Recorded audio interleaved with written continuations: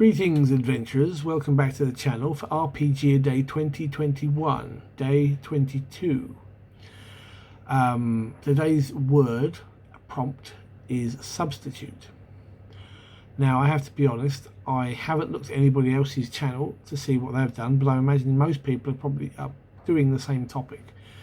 But hey-ho. So what I'm talking about here with substitute is reskinning. If you don't know what that means, it's basically the idea of taking something, usually a monster, but it can be magical items as well, or what have you, and just putting a different appearance over it.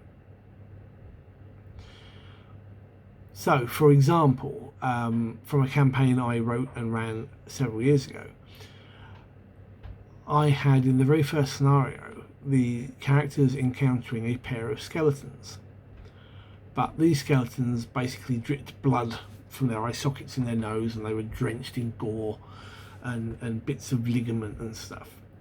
And when the characters did their obligatory knowledge religion check to see what these things were, so they could go, they were skeletons, blah, blah, blah, I'd said that these were something from myth, that they had been terrified of as children, but never knew truly existed.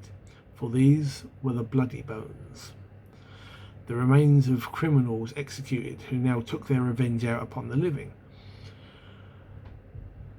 That's actually, I think, a Cornish folk legend from the southwest of England.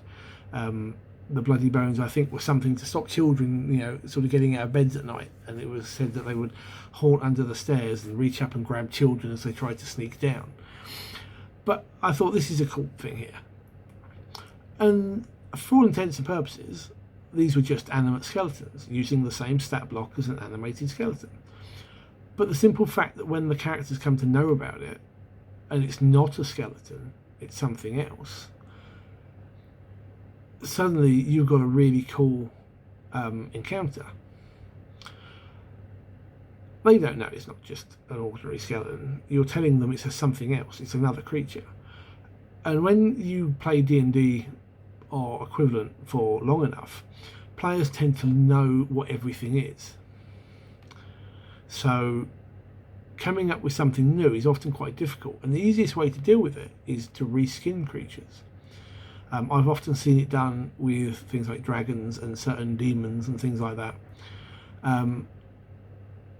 It just keeps it interesting. It takes away that element of, as I say, out of character knowledge that players have built up over the years. And as I said, you can sometimes do it with magical equipment. I remember back in the very early days of D&D, you had a scenario, Expedition to the Barrier Peaks, I think it was, that introduced science fiction elements. So basically, instead of it being a dungeon, it was a spaceship crashed into a mountainside. And the way that sort of used laser pistols was it treated them like wands. So it had a number of charges. You pointed it, the target made a reflex save, or whatever the save was back then, to avoid damage. Or it made the to-hit roll if it was a different sort of thing. But for all intents and purposes, it was a wand, a magic wand, and nothing else. You could have the same thing with like a force field, and it'll just be a mage armor spell, or a shield spell, or something like that. The players don't really know any different. They can go, oh, it's just like that, and you go, well, sort of. But reskinning just gives you a bit more, I'm going to say versatility, because the players don't know, the characters don't know, and that little bit of wonder is often something that I find is missing in modern role playing, because we all know, we've done it for so many years that we know everything, and it's very difficult to hide that sometimes. So when the GM gets to reskin things, it makes it more interesting, because you don't know that they're doing that. This could actually be a new monster. Anyway, that's just my quick, very brief thoughts on this particular video. I'd be interested to hear your thoughts, whether you use reskinning, whether you like it, whether you don't like it. Maybe you're a player and you'd rather the GM didn't do things like that. Either way, give me a thumbs up if you enjoyed the vid. Hit the subscribe button as it helps the channel out. And I look forward to seeing you in the next video. Until next time, take care, good gaming.